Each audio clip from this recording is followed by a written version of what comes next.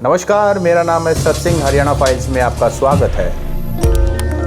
मैं हूं जगबीर राठी और आज सत सिंह जी के साथ बहुत अजीब और अलग किस्म की चर्चा करेंगे, क्योंकि हर बार हम लोगों की प्रतिभागिता होती है केंद्र में, लेकिन परिणाम कुछ दिखाई देते। लेकिन अब तो ये भी संशय है कि हमारी प्रतिभागिता होगी कितनी। जी, अब चुनाव, लोकसभा के चुनाव परिणाम के बाद एक संशय की स्थिति जरूर बनी हुई थी कि आखिरकार सरकार बनाएगा कौन। वो चीज़ क्लियर हो चुकी है। नरेंद्र मोदी तीसरी बार प्रधानमंत्री पद की शपथ लेंगे, एनडीए सेंटर में सरकार बनाएगा। ऐसे में हरियाणा से भी डॉक्टर साहब कुछ खबरें आ रही हैं। ये बात आपने बड़ी बढ़िया कह दी कि मोदी जी तो प्रधानमंत्री बनेंगे, एनडीए की सरकार बनेगी। अदरवाइज पिछले बार तो ना मतलब मोदी सरकार, अब की बार मोदी सरकार, तो ये बड़ा बढ़िया काम हुआ है कि अब की बार एनडीए की सरकार बनेगी। जी डॉक्टर साहब, ये एनडीए की सरकार, मैं भी योगेंद्र यादव का एक इंटरव्यू या रील से सुन रहा था। उन्होंने कहा कि भाई देखो, सरकार बेशक उनकी आ रही हो, लेकिन इकबाल चला गया। वो जो शक्ति थी जिससे लोगों को लग रहा था कि ये तो रगड़ देंगे, ये तो मार देंगे, ये तो बुलडोजर चला देंगे, वो चीज़ गई। और मुझे लगता है कि ये जो कम होया है ना मामला, ये जो परसेप्शन बढ़ा ना, भाई ये मार देंगे, तोड़ देंगे, बुलडोजर ला देंगे, ये भी एक बहुत बड़ा फैक्टर रहा कि लोगों ने इनको थोड़ा सा कंट्रोल किया है, थोड़ा नियंत्रित किया है। और वो नियंत्रण ना हमारे प्रधानमंत्री जी की बॉडी लैंग्वेज में साफ दिखाई दे रहा है पिछले एक हफ्ते से, आपने देख लिया होगा। जी जी डॉक्टर साहब, वो तो नज़र आ ही रहा है। क्योंकि अभी देखिए, जैसे चुनाव परिणाम आए, जो भारतीय जनता पार्टी के नेताओं की जो इतनी लंबी जुबान हो गई थी, अब वो पता नहीं, वो कहीं दिखाई नहीं दे रही, उस पर काफ़ी कंट्रोल आ गया। वैसे कहते हैं कि इंडिया इज़ बनाना रिपब्लिक, कि लोगों को क्या पता है, गरीब है। मैं तो ये मानता हूँ इनसे समझदार मतदाता शायद विश्व में डेमोक्रेसी में कहीं और। अब की बार प्रूव भी किया उन्होंने। हालांकि लोग खासकर एक शहर के मतदाताओं को तो ये ट्रोल कर रहे हैं, बार बार अपने स्टेक पे ले रहे हैं, भाई इन्हें नाश कर दिया, इन्हें नाश कर दिया। वो अंग्रेजों तक के उदाहरण ठाल है, भाई अब तो समझ आ गई होगी इतने साल क्यों हम गुलाम रहे। लेकिन उन ट्रोलिंग वालों को ये देखना चाहिए, यार इस देश में ना रहे किसी को अपनी बात मत के द्वारा कहने का अधिकार है। भाई मेरा किसी पर जोर नहीं चलता, तो वोटिंग है तो मैं अपनी मर्जी से कर सकता हूँ। अब उन्होंने अपनी वोटिंग मर्जी से कर दी, तो मुझे लगता है कि उनको ट्रोल करना चाहिए। जी, शायद वो विपक्ष कहता है ना, वोट की चोट से अपना जवाब दो। तो रियल मायने में जब सारे संसार में एक संशय की स्थिति थी, भारत में नहीं, सारे संसार में था भाई, अब ये तीसरी बार अगर ये वही सैकड़ों पार की स्थिति में आ गए तो क्या होगा। सैकड़ों पार, हाँ सैकड़ों पार, 400 कह रहे, मैं तो सैकड़ों कह रहा हूँ, 4 सैकड़ों। जी डॉक्टर साहब, ऐसे में हरियाणा में भी विधानसभा चुनाव होने ड्यू तो अक्टूबर तक है, पर हरियाणा में जो बीजेपी की परफॉर्मेंस थी वो आधी रह गई। लेकिन ऐसी खबरें आ रही हैं कि मोदी जहां प्रधानमंत्री पद की शपथ लेंगे, एनडीए की सरकार बनेगी। कुछ खबरें हैं कि यहाँ के जो सांसद बने हैं उनमें से भी किसी को मौका मिल सकता है। देखो, मौका मिलो चाहे सारे ना 5 जन है। हरियाणा के लोग ना, मतलब केंद्र की जो राजनीति है ना, उसमें गणा, देखो हमारे गांव का आखिरी आदमी तक पॉलिटिकल अवेयर, लेकिन उसको ना सेंटर की राजनीति से गणा लेना देना है नहीं। अच्छा, पीछे भी मंत्री रहे हैं, आप ये बता दो कि किस मंत्री का काम किस वोटर के दिल पर छपा है। डॉक्टर साहब, मैं तो बीजेपी सरकार जो 2019 से 2024 थी, एक ही मिनिस्टर का फ़ैन हूँ, वो भी नितिन गडकरी है। उन्होंने जिस तरीके से रोड बनाए, इंफ्रास्ट्रक्चर तैयार किया, उसके अलावा मुझे तो कोई और ऐसा मंत्री, ऐसा सांसद या नहीं याद है जिसकी परफॉर्मेंस हम एकदम से कह सकें। लेकिन सत सिंह भाई, अब की बार वीडियोज़ में ना गडकरी साहब चुपचाप आराम से बैठे दिखाई दे, वो खड़े भी नहीं हुए। इसका कारण ये है कि कहीं ना अंतर खाते उस विरोधाभास है आपस में, और ये चीज़ अच्छी नहीं है। ख़ासतौर से ये जो नई एनडीए सरकार जिसको मैं बोलता हूँ मैं एनडीए में इसलिए जोर दे रहा हूँ कि अब की बार मोदी सरकार नहीं। मैं हैरान था जिस दिन इस चुनाव के बाद मोदी साहब गए बीजेपी मुख्यालय में। आप इतनी जल्दी आप अपने आप को चेंज कर रहे हैं। उन्होंने एक भी बार मोदी सरकार का जिक्र नहीं किया, हमारी एनडीए सरकार, हमारी एनडीए सरकार। तो ये जो दबाव है ना, ये बहुत बड़ा रहेगा। और इसमें हरियाणा की भागीदारी मिलो ना मिलो, मुझे लगता नहीं कि हरियाणा का आदमी ना केंद्र के मंत्रियों से ज़्यादा को वास्ता रखता है, या उसके कोई अपने इंटरेस्टों से जुड़े हुए। हमारे यहाँ आपने बताया कि राव साहब भी मंत्री रह चुके थे, गुजर साहब भी रह चुके थे, अब भी आप कह रहे हो 3 आएंगे, मुझे नहीं पता। नाम सुनने में आ रहा है, तीसरा नाम पूर्व मुख्यमंत्री मनोहर लाल खट्टर का है। मुझे नहीं लगता। मुझे लगता है कि शायद कहीं ना कहीं जो चुनाव आने हैं हरियाणा में असेंबली के, वोटर्स को साधने की कोशिश होगी कि हमने हरियाणा को इतनी प्रमुखता से रखा, जबकि बीजेपी फुल मेजॉरिटी में नहीं है, एनडीए की सरकार बन रही है। हो सकता है ऐसी कोई अंडरस्टैंडिंग हो, हम ये तो नहीं कह सकते। जैसे राव इंद्रजीत है, तो डॉक्टर साहब मैं ये जानना चाहूँगा कि राव इंद्रजीत जी को मौका मिलता है, राव इंद्रजीत जी 6ठी बार सांसद बने मंत्री भी हैं, रहे। राव बीरेंद्र के सुपुत्र हैं, राव इंद्र सिंह चीफ मिनिस्टर भी रहे हैं हरियाणा के। साउथ हरियाणा के एक बड़े नाम है, रामपुरा हाउस से आते हैं, राव तुलाराम जो फ्रीडम फाइटर है उनके परिवार से आते हैं। तो डॉक्टर साहब क्या देखते हैं साउथ हरियाणा को साधने में, वोटर्स को? हाँ, उसको नहीं, उसको तो छेड़ेंगे नहीं है, क्योंकि उन्होंने बार बार प्रूव भी कर दिया है और ये भी प्रूव कर दिया भाई ये जो 11-12 विधानसभा क्षेत्र हैं इनमें अभी भी कोई किसी और का दखल नहीं है। तो राव इंद्रजीत सिंह तो पक्के हैं, वो तो मंत्री बनेंगे। और गुजर साहब भी पहले भी 2 बार मंत्री रह चुके हैं, मुझे लगता है आपकी बार शायद उनको ड्रॉप। जी, मैं राव इंद्रजीत पे आ रहा हूँ। 2 दिन पहले की खबर है, जैसे ही लोकसभा का परिणाम आया और इस बार राव इंद्रजीत का जो जीत का मार्जिन है वो बहुत कम रह गया, लाख से भी काफ़ी कम रह गया। तो ऐसे में उन्होंने गुड़गांव जो लोकसभा है उनको धन्यवाद का एक दौरा चलाया और उन्होंने अपने लोगों से पूछ लिया, भाई इस बार हरियाणा में चुनाव होने हैं, मुख्यमंत्री कौन होना चाहिए? तो जो लोगों का जवाब था, जी आप होने चाहिए। तो ये प्रेशर हो सकता है, इस प्रेशर में भी उनको बना सकते हैं। जी, और ये राव इंद्रजीत ने पहली बार नहीं किया है। आपको याद होगा जब दूसरी बार बीजेपी की सरकार हरियाणा में बनी तो उस समय भी राव इंद्रजीत ने आवाज़ उठाई कि भाई सारे के सारे विधायक तो जीत के हम दें, सरकार बीजेपी की हम बनवाए और हमारा कोई रिप्रेजेंटेशन नहीं है। फिर बाद में मनोहर लाल खट्टर ने डिनर डिप्लोमेसी चलाई और भूपेंद्र यादव को एक्टिव कर दिया, उनको यहाँ प्रोग्राम करवाए ताकि राव इंद्रजीत को चेक्स एंड बैलेंसेस में रखा जा सके। प्रोग्राम तो अब की बार भी उनका ऐसा ही था, ये कम मार्जिन की बात करें ना, प्रोग्राम तो अब की बार भी बीजेपी का ऐसा ही था कि मैं देखो यूपी का आप उदाहरण ले लो, एक बड़ा ही एक शक्तिशाली कम्युनिटी है जो इनके काबू से बाहर थी, अभी भी काबू से बाहर है और जिसके नाराज होने से इनको ये परिणाम भुगतने पड़े। इसी पैटर्न पे ये लोग अल्टरनेट ढूंढ रहे हैं, लेकिन राव साहब का इनको अभी तक कोई दूसरा ऑप्शन मिला नहीं है। ये जो कम मार्जिन हुआ है ये भी खेल इनका रचा हुआ था, ये लोग उनको कमज़ोर करना चाहते हैं, वो होंगे नहीं। अभी तो मुझे लगता नहीं अगले इस विधानसभा चुनाव में कहो या अगले लोकसभा चुनाव में अभी राव साहब का कोई दूसरा अल्टरनेट है नहीं। जी, और कृष्णपाल गुर्जर जो फरीदाबाद से लोकसभा एमपी बने हैं तीसरी बार 2014, 2019 और 2024 में तीसरी बार रिपीट हुए हैं। जैसा आपने मेंशन किया कि 2 बार ये केंद्र में मंत्री भी रहे, लेकिन डॉक्टर साहब एक बात है, इनकी जो इमेज है जो सुनने में आती है, ऐसे आरोप हैं कि वहाँ प्रॉपर्टी डीलिंग का और काफ़ी इन पर आरोप ऐसे हैं, लोगों में ऐसा परसेप्शन है। मैंने जो शुरू में एक बात कही ना कि हरियाणा देखता ही नहीं कौन मंत्री बना कौन नहीं बना, इसका कारण क्या है?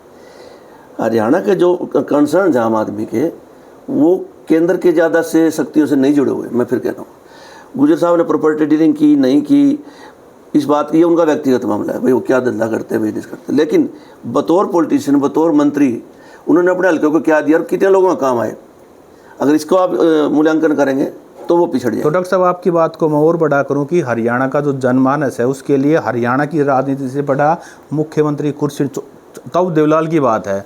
मुझे लगता है जितना गर्व उनको हरियाणा का मुख्यमंत्री बनने में आया होगा उतना शायद वो प्राइम मिनिस्टर की पोस्ट है, तो शायद उन्होंने ये कहा था कि भाई मैं इतना पढ़ा लिखा नहीं हूँ, और उन्होंने वीपी सिंह को उससे हरियाणा वालों को फर्क नहीं पड़ा। हालांकि उस त्याग को आज तक वो मानते हैं महाराज भी ने तो त्याग कर दिया, वो कंसर्न यहीं तक है। अगर प्रधानमंत्री बन भी जाते ना तो हरियाणा का वोटर को कोई मुझे लगता नहीं ज़्यादा फायदा पहुँचा, क्योंकि ये जो केंद्र की योजना है ना, देखो आप ग्रामीण अंचल की बात करें, हमारे जैसे पढ़े लिखे हैं उनको बहुत देर तक समझ आए भाई कौन सी स्कीम से किसको क्या फ़ायदा मिल सकता है, और इससे आगे जो पर्ची सिस्टम होता है लोकल पॉलिटिक्स में वो केंद्र में चल नहीं सकता। तो मंत्री 2 बनो चाहे 3 बनो, हरियाणा पे कोई ज़्यादा फर्क आपकी बात 5 के 5 बस 5 के 5 बना दो, क्योंकि उससे हरियाणा वालों को फ़ायदा क्या मिलना है।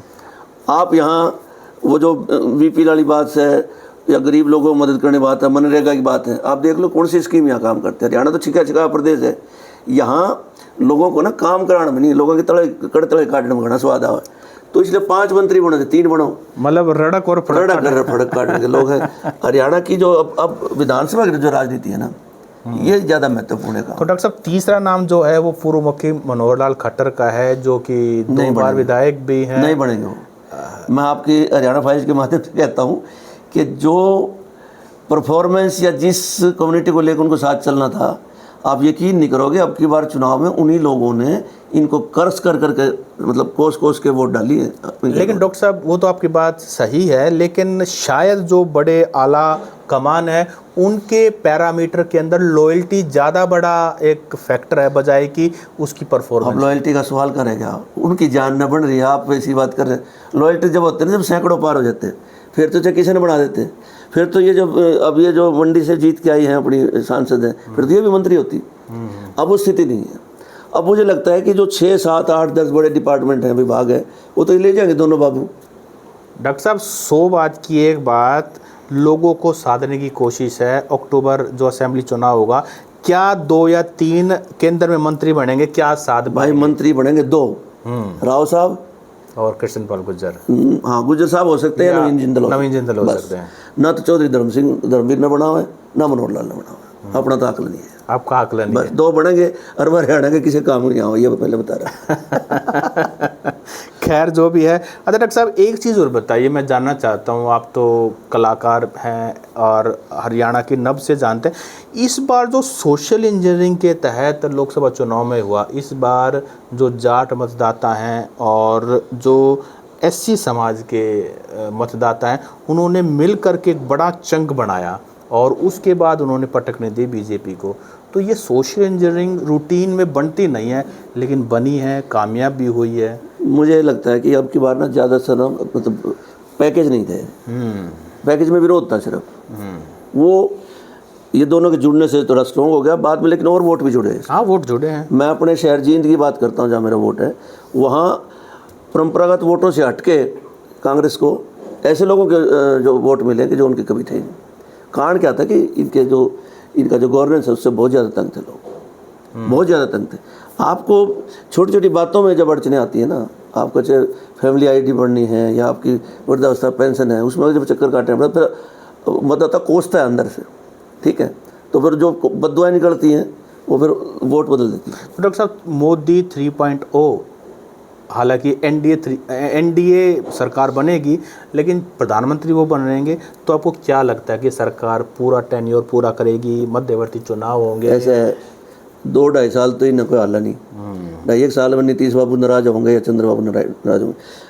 अब राहुल गांधी या जितने भी हैं अपने इंडिया के जितने भी नेता हैं, वो इतने बड़े नहीं है कि 2.5 साल बाद इनकी नाराज़गी को फिर कन्वर्ट करने की कोशिश करें। वो 5 साल तक इनकी फजीयत होते देखेंगे और अगली बार फिर पूरे दमखम से आएंगे। ये मेरा मानना है। क्या नीतीश कुमार और चंद्रबाबू नायडू डिपेंडेबल हैं? क्या इन पर डिपेंड कर सकती है बीजेपी कि भाई ये हमारा पूरा साथ देंगे और आर्म ट्विस्टिंग नहीं करेंगे, वो ब्लैकमेलिंग नहीं करेंगे? वो हो सकता ना करें, पर बीजेपी को 24 घंटे रात में सपने में भी आऊँगे। मैं आज बता रहा हूँ, हो सकता है कि वो ना करें, नीतीश कुमार के छक लिया करें। मतलब आप ये कहना चाह रहे हैं जिस तरह से लोगों को एक बार नोटबंदी के कारण रातों रात नींद आनी बंद हो गई थी, कभी अग्निवीर योजना चला दी, कभी वो ये अपना यूनिफॉर्म सिविल कोड की बात करते हैं, कभी कुछ करते हैं। इसमें पता क्या है सबसे बात की है कि ये जो 12 और 16 28 सीट हैं, इनके साथ कुछ और छोटी छोटी सीट भी हैं जी, जो लोग नोटिस नहीं हो रहे, लेकिन भीतर तो उनमें भी चल रहा है कुछ।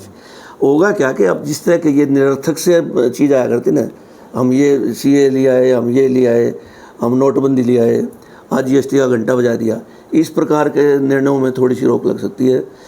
और दूसरा ये ED CBI में कुछ रोक लगेगी, ओबियसली लगेगी, क्योंकि अब क्या है कि विपक्ष का एक नेता बैठेगा वहाँ, जो मोदी जी नहीं चाहते थे। वो तो कहते चम्मन भी ना हो, इनकी तो 240 मतलब 238 है कितनी है इंडिया की।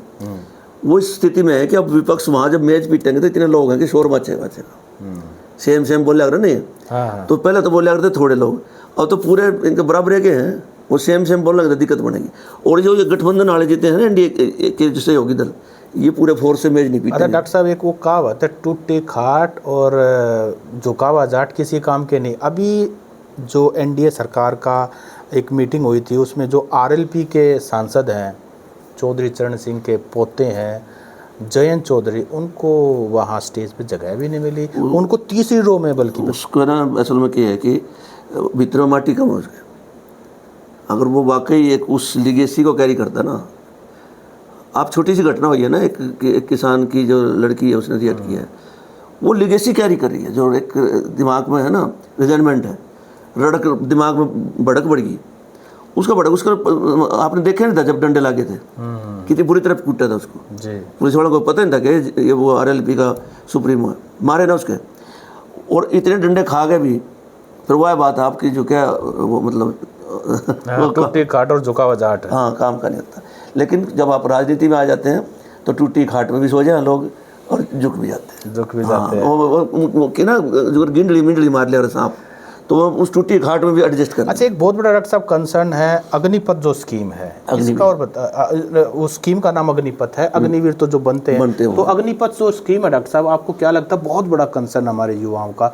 आपको लगता है एनडीए सरकार में, हालांकि उन्होंने बोल भी दिया कि इसको रिव्यू किया जाना चाहिए, तो इस बारे में आपका क्या कहना है? देखो, मैं छोटी सी बात बताता हूँ। मैंने एक विश्वविद्यालय में काम किया, आप जानती हैं, और वहाँ कुछ लोग ना ठेके पर लगाए जाते हैं और कुछ रेगुलर है। जो बॉन्डिंग या बिलोंगिंगनेस जो रेगुलर एम्प्लॉय की होती है वो उनकी नहीं है। ठीक है, उनको ये लगता है यार ये 15, 16, 20 हज़ार रुपये कितने भी खा कमा लेंगे। एक सेंस ऑफ रिस्पॉन्सिबिलिटी जो है ना, बिलोंगिंगनेस मेरा संबंध है इससे। आपको जब ये पता है भी 4 साल में मेरे को यहाँ से जाना है, राइट, तो वो क्या जुड़ पाएंगे उससे। और सेकेंडली आपने फौज में भी 2 सेक्टर बांट दिए, एक रेगुलर है, एक अग्निवीर है। वो ठीक उसी तरह है जहाँ एक छोटे से संस्थान में रेगुलर कर्मचारी जो ये पोर्टल वाले कर्मचारी इनको देखते हैं, तो वो एक मानसिकता का फर्क रहेगा और सेना को तो नुकसान करेगा ये। जी, ये तो रिव्यू होनी चाहिए। हाँ, हालांकि एक सैन्य अधिकारी से मेरी बात हुई थी, वो कह रहे ये तो बहुत बढ़िया है। मैं जिसमें बढ़िया कहते ये तो हर देशों में है। ये वो हर देशों में इसलिए है कि वो वहाँ तो एक नेसेसरी ट्रेनिंग है ना हर आदमी के लिए, मैंडेटरी है। यहाँ रोजगार दे रहे हो 4 साल के लिए, और वो एक ऐसी भीड़ है जो बेचारे रोटियां अंदर से हैं, वो एडजस्टमेंट कर भी लेंगे, अग्निवीर में भी चले जाएंगे, लेकिन उसके आने के बाद क्या। और ऐसे में जब आज के दिन अंतर्राष्ट्रीय स्तर पर आप एक वर्ल्ड वार की थ्रेट के ऊपर खड़े हैं, ऐसे में क्या ऐसे ना काम देगी? मुझे लगता नहीं देगी। जी, तो इन्हीं शब्दों के साथ हम अपनी चर्चा को विराम देते हैं। डॉक्टर साहब, अभी फाइनली एनडीए की सरकार बन रही है, हमारी तरफ से तो शुभकामनाएं हैं और लोगों की सेवा करें। हाँ, लड़ियो मत, बस आपस में लोगों की सेवा कर दो जितनी बन सके, हालांकि बड़े गुंदर पे फिर भी कर दियो। नमस्कार।